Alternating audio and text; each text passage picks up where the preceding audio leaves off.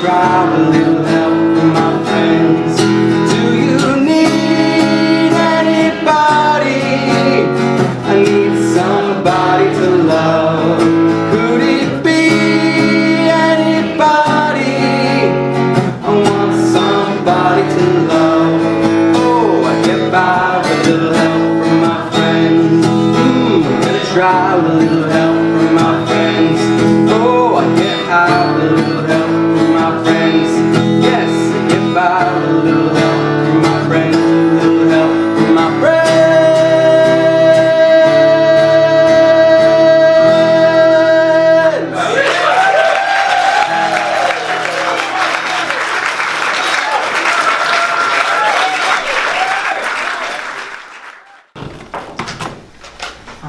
See? Oh my goodness. Kind of scary. I don't know, it just has JJ on here. Oh, I know. You know who it is?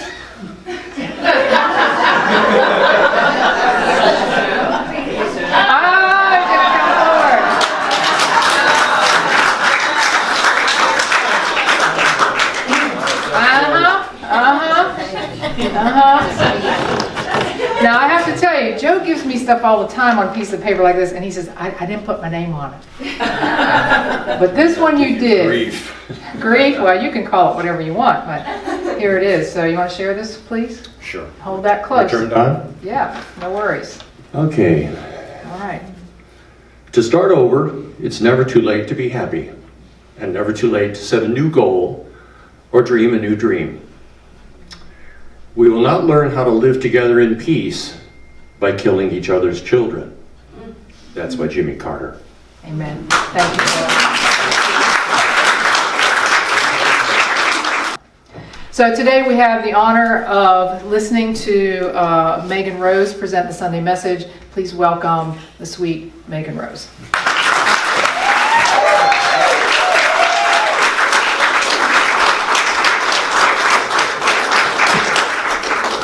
Good morning, everybody. Good morning.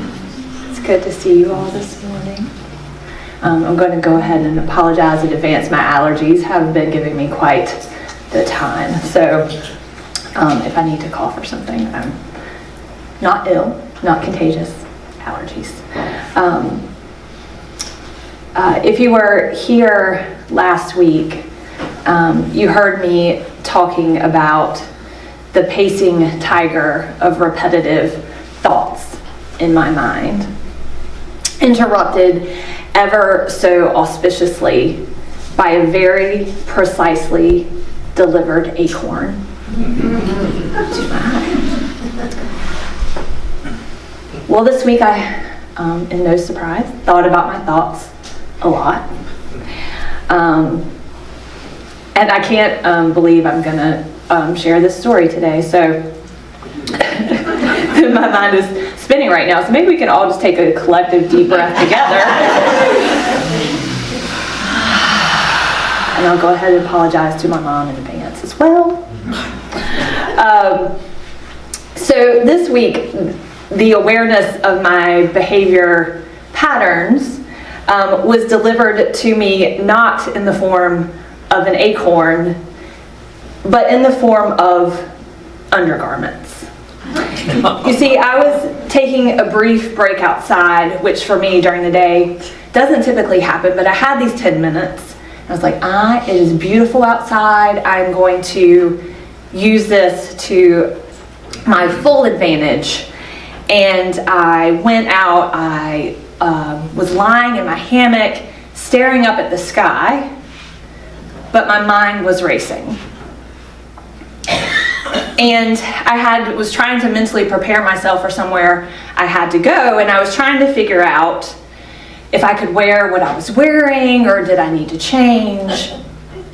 And growing up, you see, I spent a lot of time shopping and thinking about what I was wearing. And I found myself, as I progressed along my journey, not caring so much. I don't know if it's like after you have kids, you're just like, am I covered? Great.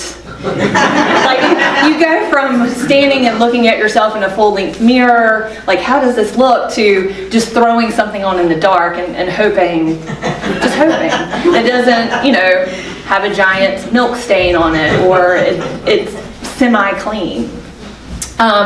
So I've learned to let that go, and I actually try to escape most retail experiences and clothing itself, other than maybe like my pajama t-shirt or yoga pants. And the item I was thinking about and really struggling with in that moment was whether or not I had to put on a bra. And like, I do not like them. They are not comfortable for me. I think they're totally unnecessary. And I'm constantly trying to figure out ways around them. And this is where you cue my mother's lamenting, because she knows exactly how much time and energy and money that she spent on me and with me at Victoria's Secret in the mid to late 90s. And she is also of the mindset, as well as my grandmother, that you never leave home without your good undergarments on. Because what if you were in a wreck, you had to go to the hospital, and people saw your holy britches, right? Like, what would people think? So here I was going back and forth with the pros and cons until I found myself in a total state of paralysis of making a decision. I was suspended in time by elastic wire and silk. More likely polyester, but first I had to laugh at the ridiculousness of my dilemma. Like, who has these kind of thoughts? I do.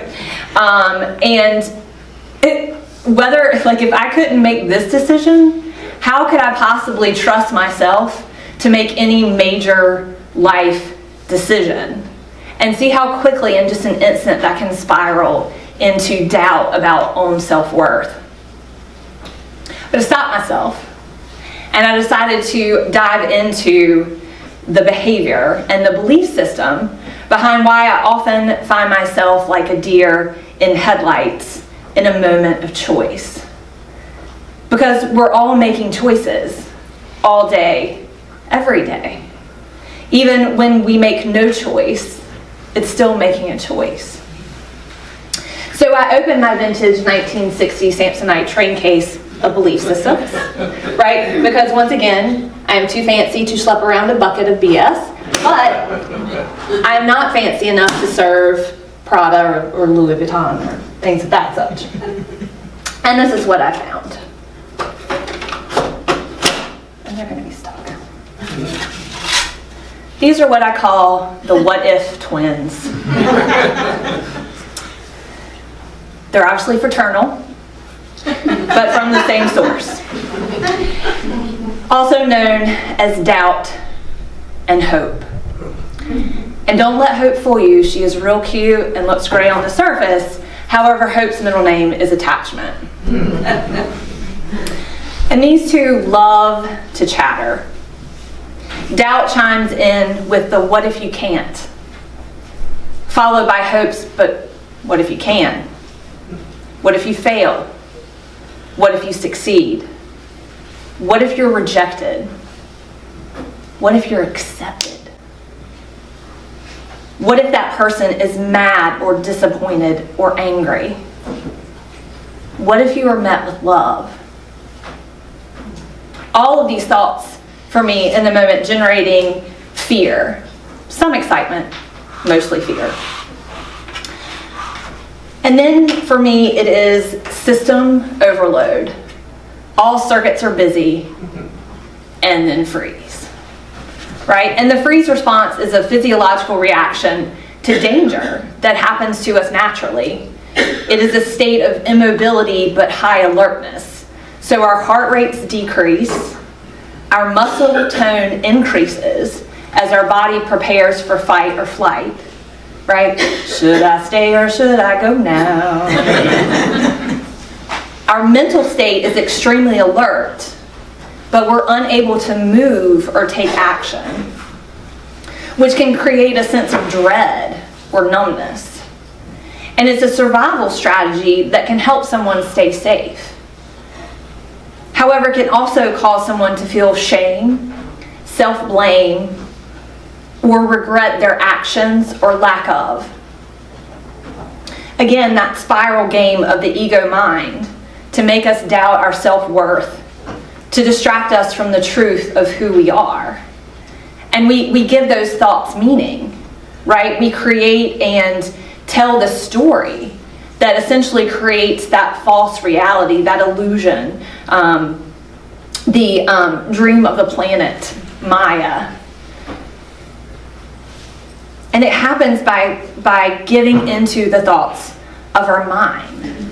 It's like the social media of our subconscious, right? It looks one way on the surface, but the truth underneath is very different. And as I also mentioned last week, it was the 10-year anniversary of the passing of my guru, Reverend Richard Levy, from his physical body. I can't believe it has been 10 years. And every year when that time of year approaches, I find myself tuning more into his YouTube channel. Thank goodness for YouTube. Listening to old talks and meditations. And there was one in particular I have listened to several times over the last couple of weeks, and again this morning. And it was entitled 1,000 Serious Moves, which was based on a Hafiz poem. And 1,000 serious moves as we are making and existing in this reality where we are making choices every day that we give great meaning, which maybe they have and maybe they don't. And this talk was filmed after his cancer diagnosis, in a time of what, for me, and I imagine also for him and his family, of fear and uncertainty and resistance. And in this talk, he tells the origin story of the doorway, his doorway. So oftentimes when he spoke, he would use this doorway as a prop. I have many talents. Drawing is not one of them. This is our doorway. But this was a life-size doorway, and it was so heavy. And I remember one time I got asked to help move it across the stage, and myself and one other person could not lift the thing. And then Richard just walks up and picks it up and moves it to the other side of the stage as if it were a feather. But he used this as a prop, and he loved a prop. I get it, honestly. To designate the continuity, but also differentiation between the spiritual and the physical world. A representation to symbolize enlightenment and transformation and stepping into a new level of consciousness. And using this door frame actually came from an experience that he had when he was 5 years old. And this isn't my story, it's his, but I'll do my best to tell it and give it justice. But when he was 5 years old, in the middle of the night one night, his mother awoke him and his siblings and told them that they had to leave. And she gathered them up and took them out of their home, where they moved in with a family member, and then a few days later into an apartment of their own. So he remembers this last glimpse of the doorway, right? Stepping out of his old life, his old home, the only place he had ever known, and into the new doorway, transitioning into a life that was in a place that was completely unknown to him.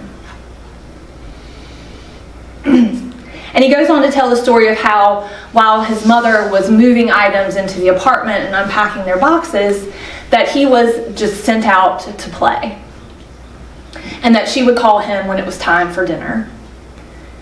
And they were living in apartment 2B, and he had to take the elevator up. So when the time came, his mother called him in for dinner. He went inside, he took the elevator upstairs, he walked down the hallway, walked into their apartment to find it completely empty. His mom was gone, his siblings were gone. Their dog, the Chihuahua Chi-Chi, nowhere to be found. Their stuff was missing. And in that moment, he felt completely alone and afraid. And he was distraught and crying, what if he was lost? What if he was alone forever? What if his family had left him? And that was incredibly real for him in that moment. And he found himself on the floor, crying, lamenting, calling out for his family, beating his fists and his feet on the floor. Until something caught his awareness. And he became still. And he heard what he called the sweet sounds of Motown drifting up from the apartment below. Doom doom doom doom doom doom doom doom doom doom doom doom. Sugar pie, honey bunch. You know that I love you. I can't help myself. I love you and nobody else. For you see, in that moment, he became still and knew. When I call your name, girl, it starts to flame, burning in our hearts, burning in God's heart, this light that burns in all of us. And so he began calling out for his family, and sure enough, he had just gone to the wrong floor. He was in apartment 3B, not apartment 2B, and his sister was playing the sounds of Motown from a record player just below. So he had this moment of awareness and awakening, breaking the dream of separateness, dissolving the what ifs, and shining the light on the way home. And that's the practice, right? To be able to become still, to settle into the flow of grace and love that we are, to surrender and have faith. And yes, there will be choices to make, a time to take action, to say yes or no. And as he said, you have to do what is yours to do while you're here. But we can choose to do this from a place of oneness, from an awakened and alert, but not frozen state.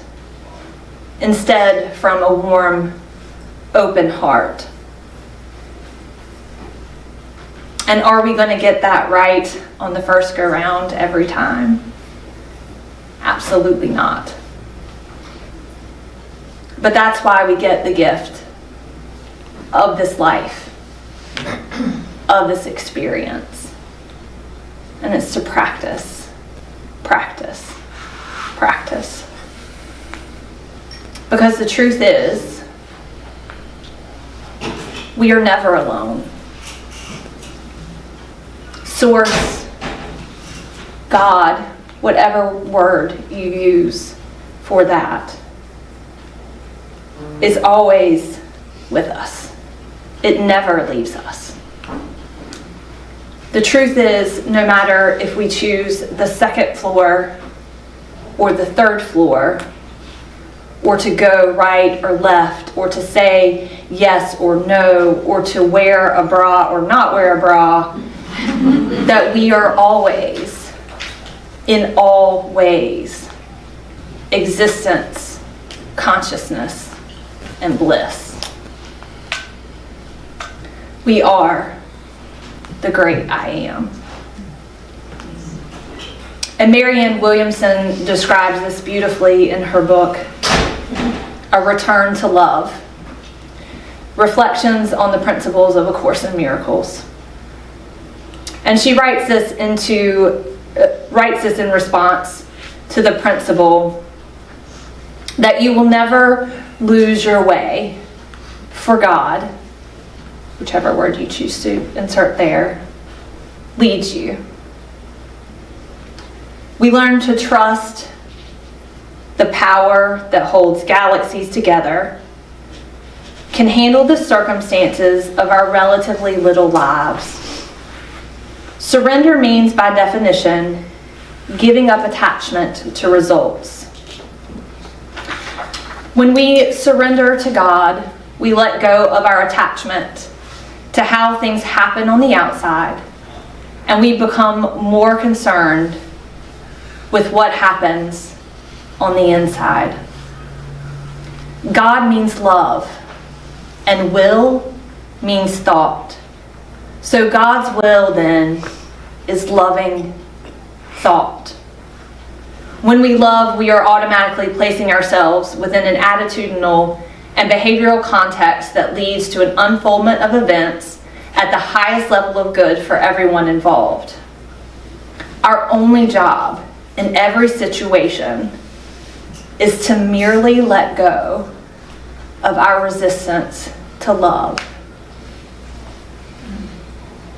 To be still and know. To let go of that resistance of tapping in to the truth of who we are. And how do we let go? Right? How do we interrupt the repetitive what if twins? Right? We become still and we know through our practices, through meditation, through prayer, through mantras, through our service to others, through devotion.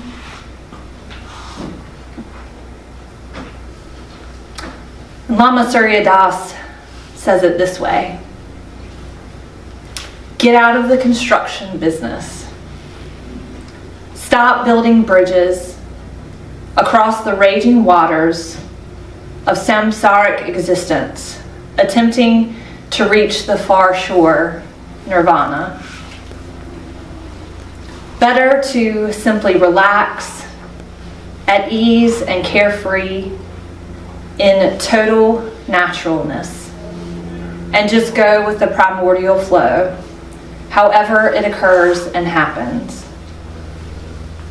And remember this: whether or not you go with the flow, it always goes with you. So I can continue to choose to listen to the chatter of doubt and hope, kicking and crying and pounding on the floor. Or I can be still and know, and soften into, as Richard described, the sweet Motown sounds, burning in my heart and burning in yours as well. The passion and desire to awaken to all that I am, all that we are, in a way that the what ifs become I am. And so it is. And we'll take this into a time of meditation.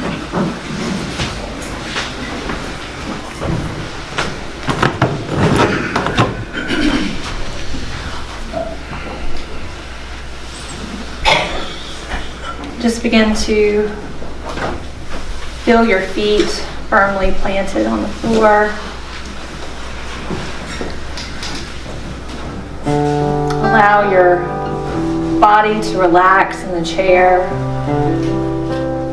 as it holds and supports you.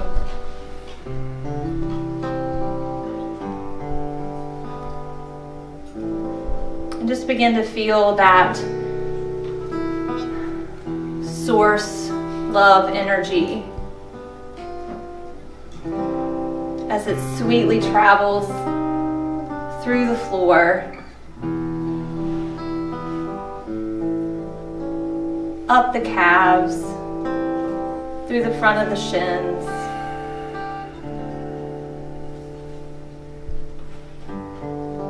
up the legs,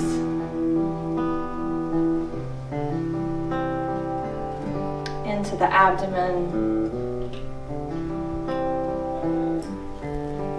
into the chest,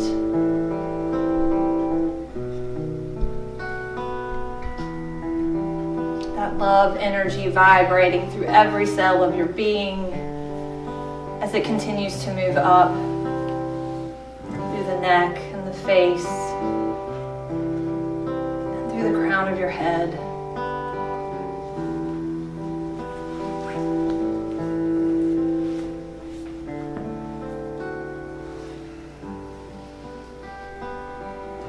Just draw notice to your breath as you inhale, feeling that heart space expand, and as you exhale, allowing it to soften. Inhaling, feeling that space expand. Exhaling again with the intent of softening that space around the heart.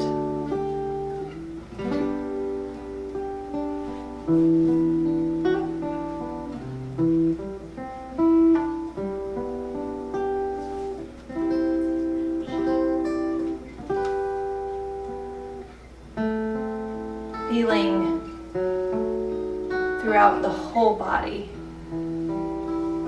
the truth of who you are. That frequency where our cells vibrate with the highest joy.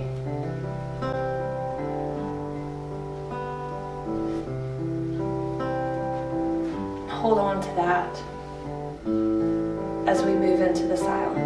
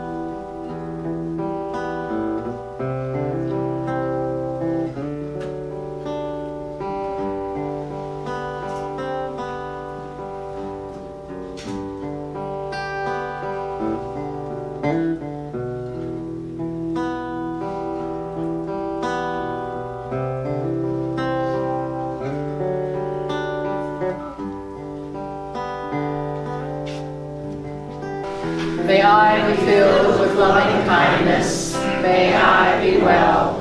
May I be peaceful and at ease. May I be happy.